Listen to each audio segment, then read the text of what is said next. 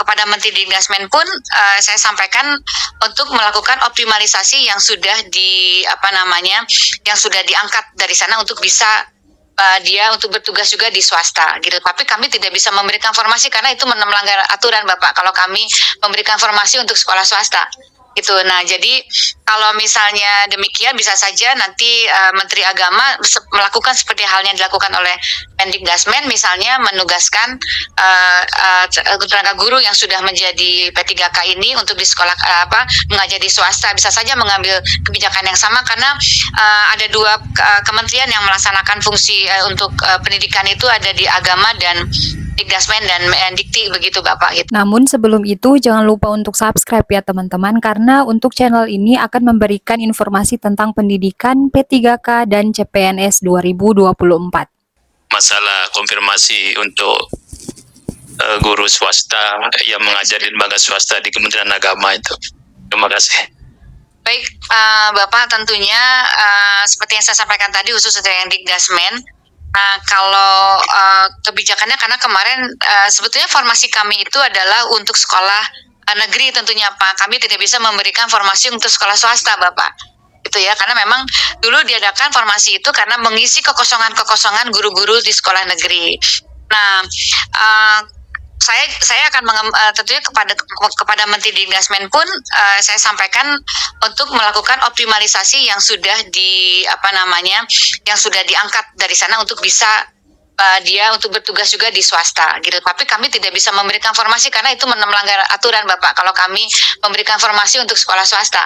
Gitu. Nah, jadi kalau misalnya demikian bisa saja nanti Menteri Agama melakukan seperti halnya dilakukan oleh Mendikdasmen, misalnya menugaskan tenaga guru yang sudah menjadi P3K ini untuk di sekolah mengajar di swasta, bisa saja mengambil kebijakan yang sama karena ada dua kementerian yang melaksanakan fungsi untuk pendidikan itu, ada di Agama dan Dikdasmen dan Mendikti begitu Bapak gitu. Tapi kalau kami mengatakan bahwa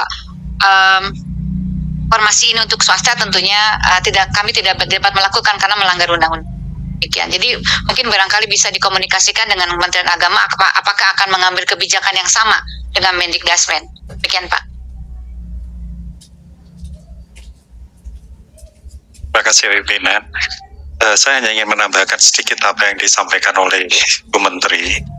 Jadi pasca Undang-Undang 20 tahun 2023 itu ada pelimpahan kewenangan dari KASN ke BKN karena KASN sudah tidak ada lagi di dalam undang-undang tersebut. Salah satu kewenangan itu adalah pengawasan sistem merit. Nah, ini untuk menjawab pasca pilkada nanti apakah memang akan ada istilah yang sering dipakai itu balas dendam dan balas jasa. Nah, kami sudah membangun suatu sistem namanya integrated mutasi, dari mutasi yang terintegrasi. Kita menginginkan semua mutasi yang dilakukan oleh instansi, baik pusat maupun daerah, itu harus menggunakan sistem kita. Dan sistem itu bisa mencegah terjadinya pelanggaran sistem merit. Misalnya dia belum memenuhi syarat pangkat, tiba-tiba karena dulu pernah berjasa untuk pemenangan suatu kepala daerah, tiba-tiba diangkat menduduki jabatan. Itu akan tertolak oleh sistem. Jadi ini harapannya untuk menyadarkan kepada para kepala daerah agar tetap mentaati sistem merit yang sudah kita sepakati bersama di dalam undang-undang dan kita bangun. Nah, moga-moga sistem ini bisa mengontrol mereka-mereka yang nanti menjadi korban. Bisa jadi yang sekarang menduduki jabatan tiba-tiba tidak diberi kesempatan menduduki lagi atau dicopot lagi karena mereka dulunya tidak ikut mensukseskan para kepala daerah ini waktu pilkada.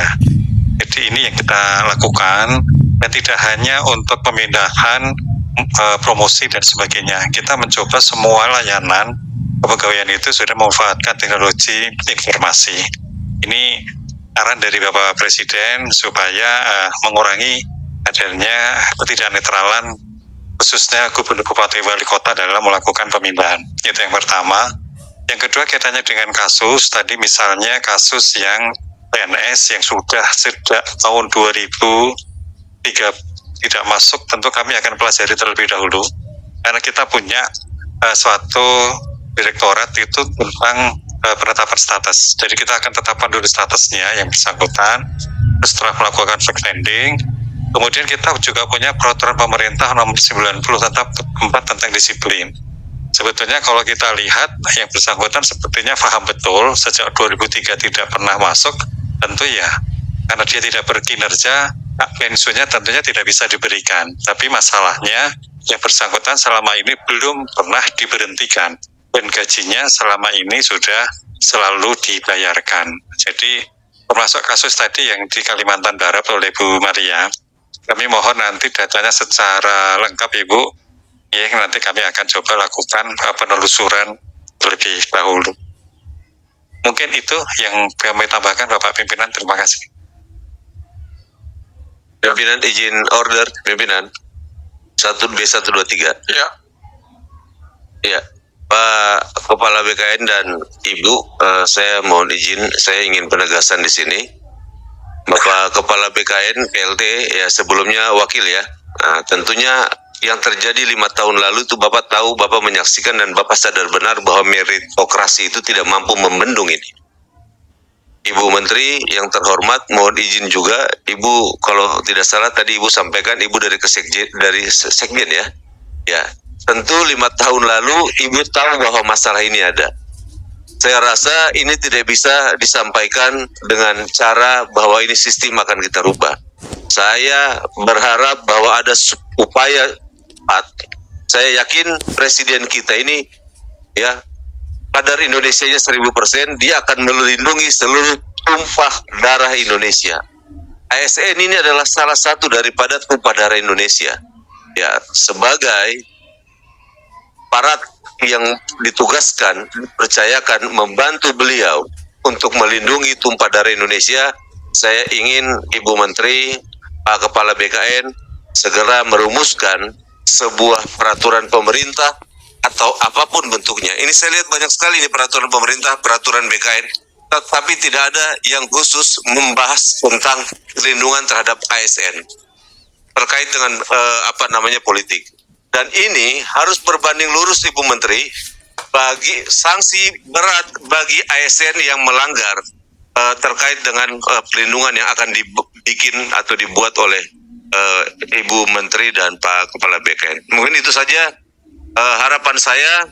Mungkin setelah hari ini para birokrat seluruh Indonesia ini bisa tidur pulas, bisa melihat masa depan anak-anaknya tanpa terganggu bahwa saya melakukan pengabdian kepada bangsa dan negara, tetapi masa depan anak saya, masa depan keluarga saya tetap terjaga dalam proses pilkada serentak yang baru dilaksanakan. Terima kasih. Ya.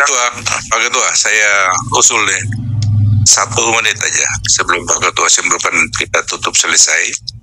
Saya kira persoalan yang disampaikan anggota DPD ini terlalu banyak kan, dan kita tidak bisa seremonial saja. Saya usul Pak Menteri, Ibu Menteri, Pak Wamen dan BKN, kita kan wakil daerah yang sehari dengan persoalan yang sudah disampaikan seluruhnya. Bolehkah nanti kita bikin semacam code person yang rekomendasi dari BKN maupun Ibu, sehingga nanti persoalan ini selain nanti teman-teman akan menyerahkan itu, kami juga mau siap untuk membantu menjadi penghubung antara pusat dan daerah, sehingga persoalan itu kami tidak bisa lapor begini seremonial aja ke Pak Menteri dengan Pak Ketua, tapi diselesaikan. Bagaimana caranya? Nanti kesimpulan tolong masuk ini di rapat bahwa kita ada MOU dengan Pak dan Ibu Menteri, dan nanti kita menjadi jembatan antara pusat dan daerah. Itu tupoksi kami. Terima kasih. Ya,